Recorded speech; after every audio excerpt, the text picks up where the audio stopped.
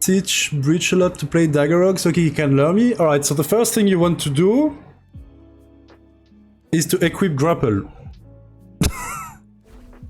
No, that's actually the worst advice for anyone beginning on daggers. Yeah, I mean, so the first advice I would give to anyone trying to get a rogue to a playable level or whatever is to gain XP and only get this and this, and then you wait until level 10 and you have enough points to get this. This, for daggers, is the most important trait of all. This allows you to combo chipshot. If you don't have this, you cannot combo chipshot. Oh yeah, the frogs might be somewhere else.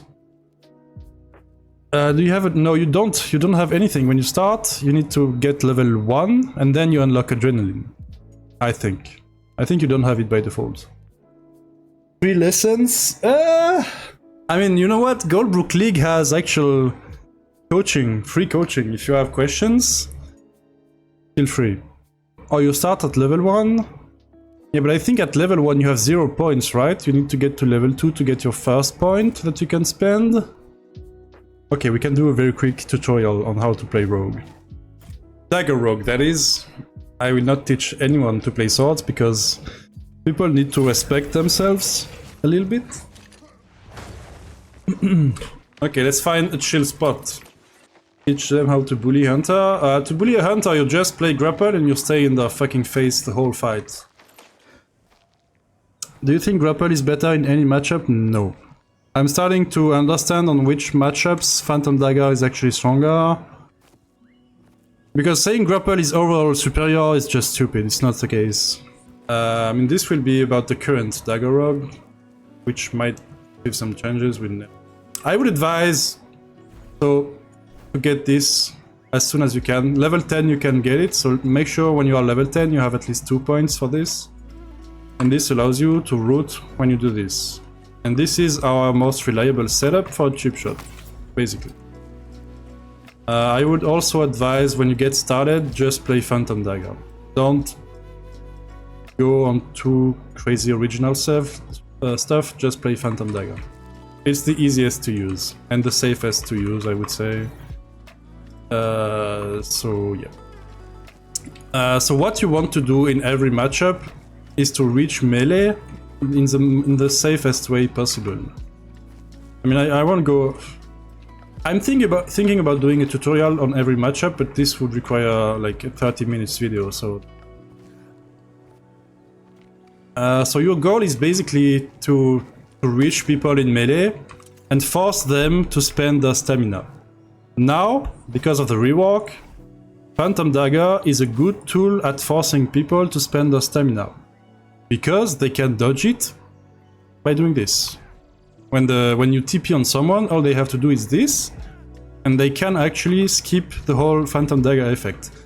So you have to use it as a tool that is good at wearing down their stamina.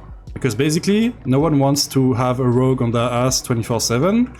So when you are on someone, what they will do is try to attack you, but dodge away. Especially if it's a ranged class like a wizard, a priest, and a hunter. They will not want to stay close to you. So the goal is for you to spend as few stamina as possible when they are actually emptying their whole stamina bar. Because at some point, when they reach these few stamina, they will no longer dodge, because if they do, they stam out, and if you stam out in front of a Dagger Rogue, that's bad. So the goal is for you to win the stamina war, so gem with stamina regen on everything you can, and I would advise to play with this. This rewards a lot a very aggressive gameplay. You can also play with the poison chest, Duskcrawler or Dunestalker for dagger sprint speed. Oh, what? I would say do not play with the Duskcrawler chest, it's really bad. So either you play this will reward a very aggressive brawling playstyle, because you regen more stamina when you hit enemies. When you have to exactly dodge. Oh, so Phantom Dagger. You have to dodge right. So when someone TPs to you with Phantom Dagger, there is a very small stagger. You need to dodge right after the stagger. Because if you dodge before the stagger, you will get staggered and you will stay in place. If you dodge right after the stagger, you can get out of the circle. I think that's how it works. So this will reward a very close-range, brawling style of gameplay, and the Venom chest is more about slowing down the fights, poisoning your target, doing a bit more of in and out when you have your chip shot ready, etc. This is really good if you want to stay on top of people and never let go before they die. So for the chip shot combos, you have two choices when you go for a chip shot. Yeah, but even if you fight inside a smoke bomb, like, we are extremely dependent on stamina for everything we do in a fight. The dodge route, just staying alive in general, even this consumes stamina. So really, I would advise to play around stamina regen, and this is extremely good at that. So for the chip shot combos, we have a few choices now. I mean, much fewer than before. So you can go for the claw into front stab. This will build up maximum affliction on your target. We no longer have time to do claw, dodge, backstab, because chip shot lasts now half a second less than before. So we don't have time to do this, claw, dodge, real backstab. So we just claw into what I call a front stab. This will still ensure that you build up a lot of affliction on your enemy. Yeah, now it's 2.5. Other combo that we can do is this. So if you have Venom Chest, this will poison. This is a bug, by the way. The leap after the spider bite is a bug currently. It should be fixed, but currently this is how it works. So if we just chip shot for a spider bite, and so this is if you have the Venom Chest. This will be enough to poison anyone. If you don't have the Venom Chest and you play with this, which I recommend, you can just do this. Tap Spider Bite, Poison Dart, and this will poison anyone but a rogue. Because rogues have more resistance to poison thanks to this. Now if you want to poison a rogue, you need to half charge your Spider Bite. It's a bit more technical, it's a bit more difficult to get the timing right. Venom Fang, any use now? If you play poison, yes, just like before, Vyuka. Yes, with the Venom Chest you can poison any player who doesn't have additional poison resist. So by default, it will poison anyone but a rogue. So if you want to manage to poison a rogue with this exact same combo, you need to charge up your Spider Bite just a little bit longer to reach at least 50 poison percentage. So, like this. I don't have the exact timing. No, it was already poisoned, fuck. Does this one have any poison buildup? Make sure that... Okay, let's talk about adrenaline. Spider Bite, when it is fully charged, will consume all 10 adrenaline for maximum poison buildup, basically. So if you don't have 10 adrenaline when you try to poison someone with the Venom Chest, it will not work. They will be at like 80%, 90%, so make sure you have your adrenaline. We can regen adrenaline by going in this, or waiting 10 seconds outside of a fight. I play now like you, Poison, Hemorrhage, then it's the Dunestalker. Which piece of Dunestalker do you mean? This is Dunestalker, this is Dunestalker. No, this is the Scroller. Also, do not play with the Poison Claw. Once you unlock Bleed, do not ever play Poison Claw on daggers. This is useless. So, if you want to poison a rogue, you just have to charge it a little bit longer. 55, and now this will poison a rogue. And you actually have time, if the timing is right, to do it even with the short chip shot that we have currently. What other combos? Yeah, a combo that I quite like is this. Poison. And if you're fast enough, you have time to follow up with the Power Dart. And then you can bully them and just chase them. They will try to dodge away as much as possible. And now that we have this mobility tool, you just spam this. Oops. Just spam this on them and you chase them, and it will cost you very few stamina, actually. What else? I mean, this is pretty much all the combos we can do now with the 2.5 chip shot. So, about Grapple versus Phantom Dagger. Grapple will be used to proc bleed much faster. Oh yeah, I mean we will talk about that quickly, fishes. So grapple does physical damage, and when we close something or someone, we can only build up the affliction with physical damage. So grapple is extremely good at that compared to Phantom Dagger that deals magic damage. Phantom Dagger will not help you at all building up affliction. So if you want, white spam the armor thing. So basically when you power out someone, the only thing they can do is dodge away. But you want to catch up to them. You could just dodge as they do it as well, or you could just do this.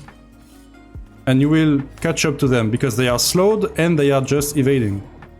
This, in terms of mobility, is much more economic than just dodging after someone. So once your target is paralyzed, all you have to do is chase them, basically.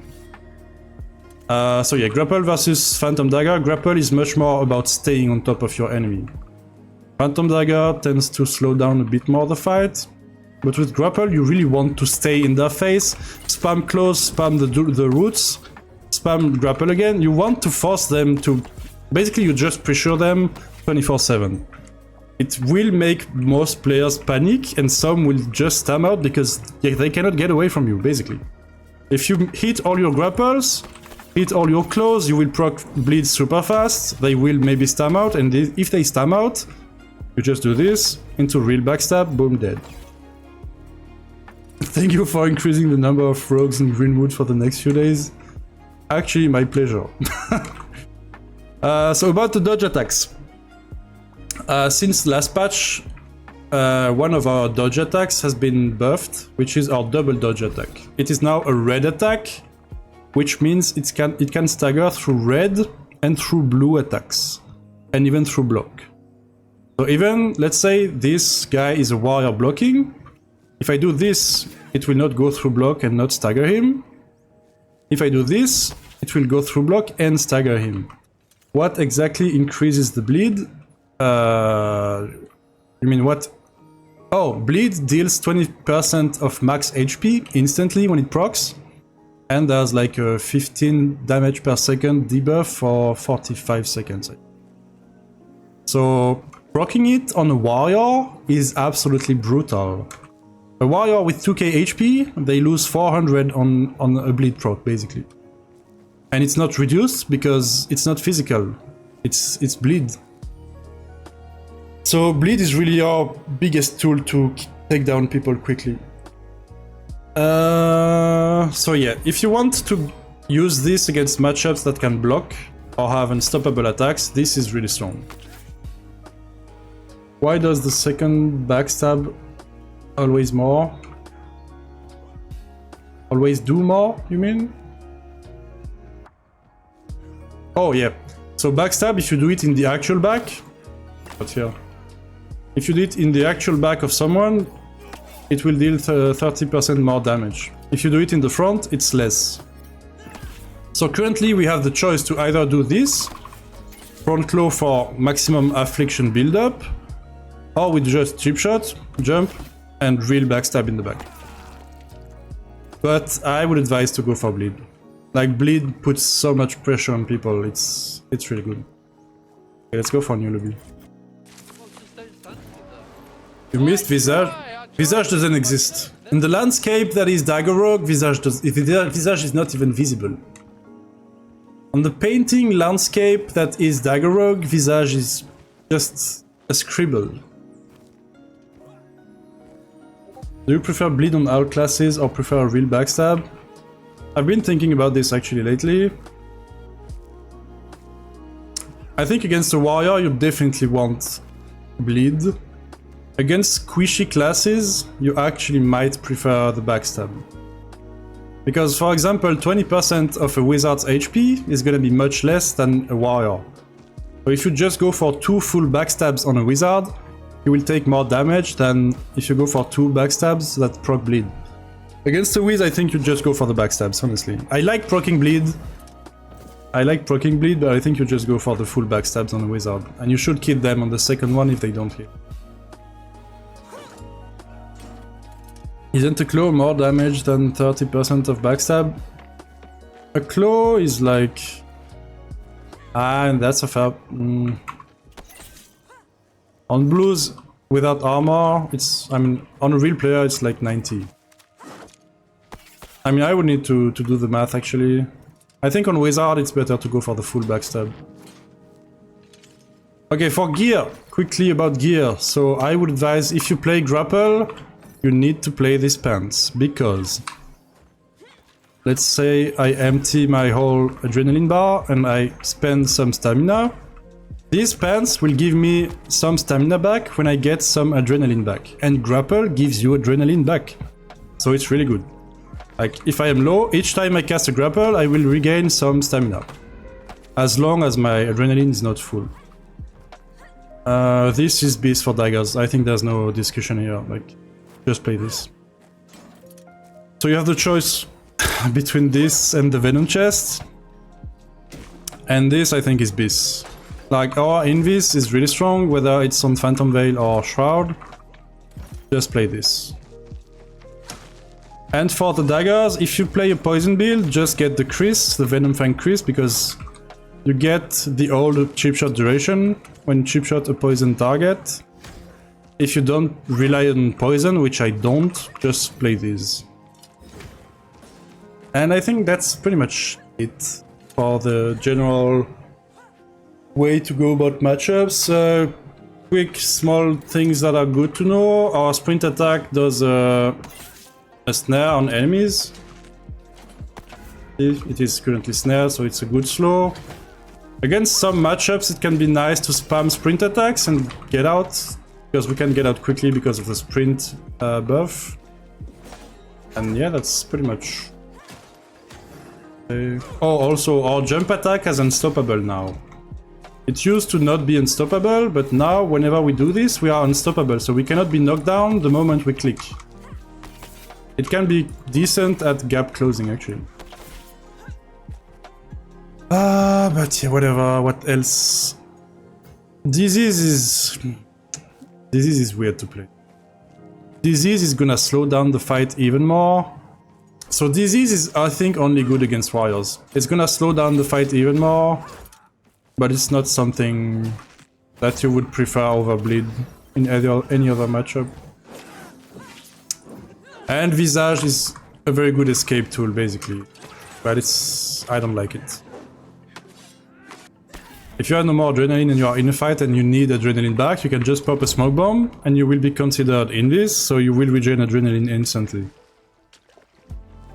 But with grapple, you should never be lacking any adrenaline at all. Like, grapple gives you 4 adrenaline out of 10, so it's really good. So to go a bit more in detail about the technical attack, we need to use it with the right click. Oh, it's a bit buggy. Yikes. So if we press right click and spam left click, it will very quickly do this. It's a technical attack that we charge with Spider Bite, and we need to left click to activate it. It's a bit buggy again. And it has 2 levels of charge. So there is the tap charge, which is relatively instant, and the full charge. So it's not so easy to see, but when the green reaches the golden hilt, it means the full charge is ready. When the hilt is green, it means the full charge is ready. The full charge deals a bit more than twice the damage and breaks 3 pips. Ready. Not ready. Ready. It consumes also 2 points of adrenaline, so you need to have the adrenaline to cast it. And on top of that, both levels will apply Thunder to the enemy. So what is Thunder? Thunder is armor break, basically. Thunder reduces the enemy's physical resist by 9% and is stackable 3 times. If you do it with a tap, the debuff will last 8 seconds. If you do it with a charge, it will last 24 seconds. In theory, this is really good for PvP, but anytime someone will see you doing this, they will just roll you on the floor, and we are staggerable during the whole animation. So yeah, this new attack is a bit clunky to use. it's best used against Sword and Shield Priests. Because if we just... So let's say a Sword and Shield Priest has the shell up and the small bubble that prevents them from being staggered. We can pop both of the bubbles in like 5 seconds. We just do this. Charge Spider-Bite, 3 pips, 2 pips. Then they only have the small bubble, which prevents stagger. It will be destroyed in 1 grapple. Simple as that, and now the priest is absolutely naked. That's the best way to break through a Sword and Shield Priest. Enjoy. 24 seconds is good for a warrior fight. The issue is most warriors use Mace and Shield a lot, and this can be blocked. If they block, the Thunder doesn't go through. So yeah. It's not so useful against warriors actually. We didn't cover everything, but we covered the basics, I guess. So overall, I would say grapple requires you to have a very solid understanding of your matchups and good movement. Alrighty. Thank you everyone for watching. I hope this was informative to anyone willing to get into Dagger Rogue. And yeah, like good evening, good night or whatever. And see you next time. I agree with what he said. Kurwa Morgana.